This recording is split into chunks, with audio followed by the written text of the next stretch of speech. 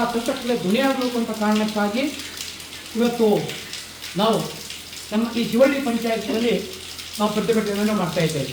ಜನರ ಸಮಸ್ಯೆಗಳ ಅರಿವನ್ನು ಕೊಡುವುದರ ಮೂಲಕ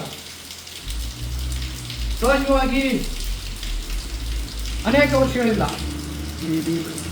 ನಾವೆಷ್ಟು ಸಾರ್ವಜನಿಕ ಜೀವನದಲ್ಲಿದ್ದೇವೆ, ರಾಜಕಾರಣದಲ್ಲಿದ್ದೇವೆ.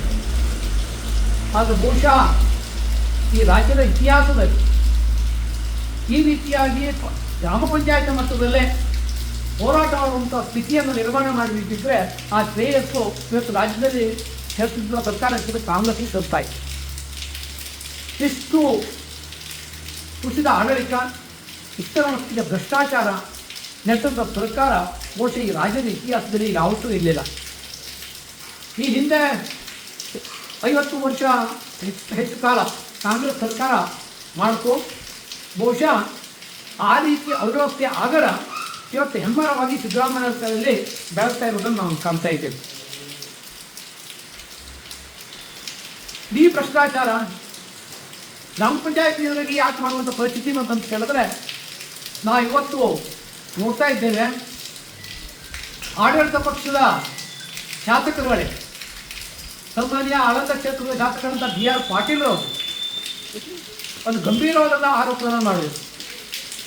ವಸತಿ ಯೋಜನೆಯಲ್ಲಿ ನಡೆಯುತ್ತಿರುವಂತಹ ಅಕ್ರಮ 20-25 ಸಾವಿರ ರೂಪಾಯಿ ಕೊಟ್ಟು ಮಾತ್ರ ಮನೆ ಮಂಜೂರಾಗುತ್ತೆ. ಇಲ್ಲೇ ಇದ್ದರೆ ಆ ಮನೆಯ ತೆಗೆದುಕೊಂಡಂಥ ಪರಿಸ್ಥಿತಿ ಭಾಳ ಕಷ್ಟಕ್ಕಿದೆ ಅನ್ನುವಂಥದ್ದನ್ನು ಆಡಳಿತ ಪಕ್ಷ ಶಾಸಕರಾದಂಥ BR ಪಾಟೀಲ್ ಅವರು ಮುಂದುವರೆದಂಥ ಅನೇಕ ಶಾಸಕರುಗಳು ಗ್ರಾಮೀಣ ಭಾಗದಲ್ಲಿ ಅಭಿವೃದ್ಧಿ ಕೆಲಸ ಆದ್ರೆ ಗ್ಯಾರಂಟಿಯಲ್ಲಿ ಕೊಟ್ಟಿರುವಂತಹ ಹಣ ಯಾವುದು SC ಬಗ್ಗೆ ಇದ್ದಂಥ ಒಂದು ದಲಿತರ ಪರವಾದಂಥ ಅನೇಕ ಯೋಜನೆ ರೂಪಿಸಬಹುದಿತ್ತು. ಅವರಿಗೆ ಆರ್ಥಿಕವಾಗಿ ಬರುವಂಥ ಶಕ್ತಿಯನ್ನು ಕೊಡುವಂಥ ಯೋಜನೆಯನ್ನು ಮಾಡಬಹುದಿತ್ತು. ಅದು ಬಿಟ್ಟು ಆ ಹಣ ಹಾಗೇ ಇದೆ ಅಂತ ಅಂದ್ಕೊಂಡು ಈ ರೀತಿಯಾಗಿ SC ST ಇರುವಂತಹ ಹಣಗಳನ್ನು ಗ್ಯಾರಂಟಿ ಯೋಜನೆಗೆ ಬಳಸಿ ಅವರು ಒಳ್ಳೆಯದಾಗಲಿಕ್ಕಿಲ್ಲ, ಇವರು ಯಾವುದೇ ರೀತಿಯಲ್ಲಿ ಸಂತೋಷದಿಂದಿರಲಿಕ್ಕಿಲ್ಲ. ಅದು ಈ ರೀತಿಯ ದ್ವಂದ್ವ ನೀತಿಯ ಮೂಲಕ ಇವತ್ತು ಕಾಂಗ್ರೆಸ್ ಸರ್ಕಾರ ಆಡಳಿತ ಮಾಡ್ಕೊಂಡು ಮುಂತಾಯಿದೆ. ಆಶ್ರಯ ಮನೆಗಳಿಗೆ ಸಂಬಂಧಪಟ್ಟಂತೆ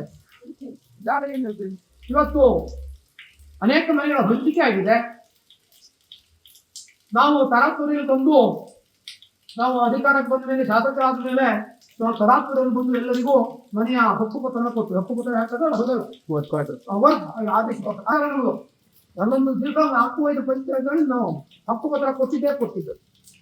ಆಮೇಲೆ ಕಟ್ಟಿದಂಥ ಮನೆಗಳಿಗೆ ಬಿಲ್ ಇಲ್ಲ, ಮೊದಲನೇ ಇಲ್ಲ, ಬಿಲ್ ಇಲ್ಲ, ಎಣ್ಣೆ ಬಿಲ್ ಇಲ್ಲ, ಮೂರನೇ ಬಿಲ್ ಇಲ್ಲ. ಇವು 2-3 ತಿಂಗಳ ಹಿಂದೆ ಭಾರತೀಯ ಜನತಾ ಪಾರ್ಟಿ ಅದನ್ನು ಎತ್ಕೊಂಡು ಹೋರಾಟವನ್ನು ಮಾಡಿತು. ಅದರ ಪರವಾಗಿ ಅವತ್ತು 1 ಬಿಲ್ಲೋ 2 ಬಿಲ್ಲೋ ಬಂತು.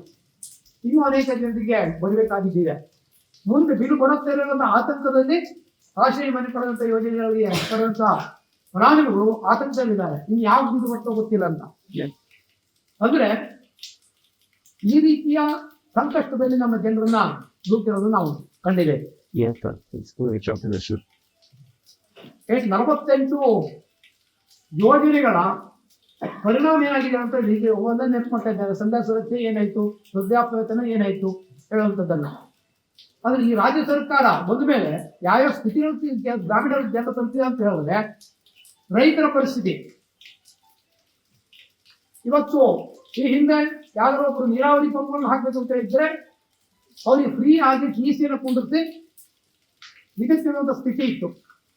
ಆದ್ರೆ ಇವತ್ತೇನಿದೆ 2.5 ಲಕ್ಷ ರೂಪಾಯಿ ತುಂಬಿ ರೈತರು ಸಂಸತ್ತಿಗೆ ಪರ್ಮಿಷನ್ ತಗೊಳ್ಳುವಂಥ ಪರಿಸ್ಥಿತಿ ಬರ್ತಾ ಇದೆ. ಮಹಿಳೆಯರಿಗೆ ಉಚಿತ ಪ್ರಯಾಣ ಅಂತಂದ್ರು, ಬಸ್ ದರ ಏರಿಸಿದ್ರೆ 20% ಏರಿಕೆಯನ್ನ ಮಾಡಿದ್ವಿ. ಹಾಲಿನ ದರ ನೀವು ಬಂದಂತ 2 ವರ್ಷದಲ್ಲಿ 9 ಬಾರಿ ಹಾಲಿನ ದರವನ್ನು ಏರಿಸಿದೆ. ರೈತರಿಗೆ ಎಷ್ಟು ಹಾಲಾಗಲಿ ರೈತರು ಇರುವಂತಹ ಹಾಲಿನ ದರ ಏನಾದ್ರು ಏರಿಕೆ ಮಾಡಿದ್ರ ಅದಿಲ್ಲ. ಬರುದಂತ ಸಬ್ಸಿಡಿ 2 ತಿಂಗಳಿಗೋ 3 ತಿಂಗಳಿಗೋ ಪ್ರೋತ್ಸಾಹನ, ಸಬ್ಸಿಡಿ ಇಲ್ಲ ಪ್ರೋತ್ಸಾಹನ, ಅದು 2 ತಿಂಗಳು ಹೇಳ್ಬೇಕು ಬರ್ತಾ ಇದೆಯಾ ಸರಿಯಾಗಿ ಅಂತೇಳಿ, ಬರ್ತಾ ಇಲ್ಲ. 3 ತಿಂಗಳು ಪೆಂಡಿಂಗ್ ಇದೆ. ಅಂದ್ರೆ ನಿಮ್ಮ ಬೊಕ್ಕಸಕ್ಕಿ ಜನರ ಕಿಸಿಯಿಂದ ಹೇಗೆ ಪಿಕ್ಪಾಕೆಟ್ ನಮಗೆ ಪಿಕ್ಪಾಕೆಟ್ ಅಂತಾರೆ ಅಂದ್ರೆ ಆ ಪಿಕ್ಪಾಕೆಟ್ ಅಂತ ಗೊತ್ತಲ್ಲ, ನಮಗೆ ಗೊತ್ತಿದ್ದಿಲ್ಲ ನಮ್ಮ ಪರ್ಸನ್ ಕದ್ದಿರೋದು. ನಾವು ಹೇಳ್ತಾರಲ್ಲ ಬಸ್ ಸ್ಟ್ಯಾಂಡಿನಲ್ಲಿ ಕಿಸೆಗಳರಿದ್ದಾರೆ, ಹಾಗಾಗಿ ಕಿಸೆಗಳು ಯಾರು ಅಂತ ಹೇಳಿದ್ರೆ ಈ ಕಾಂಗ್ರೆಸ್ ಸರ್ಕಾರ ಸಿದ್ದರಾಮಯ್ಯ DK ಬಂತು. ನಮಗೆ ಗೊತ್ತಿರೋದೇ ಮದ್ಯದ ಬೆಲೆ ಏರಿಕೆ. ಮೊದಲನೇದಾಗಿ ನಾವು ಆ ಮದ್ಯಪಾನದ ಕಡಿಮೆ ಮಾಡಬೇಕು.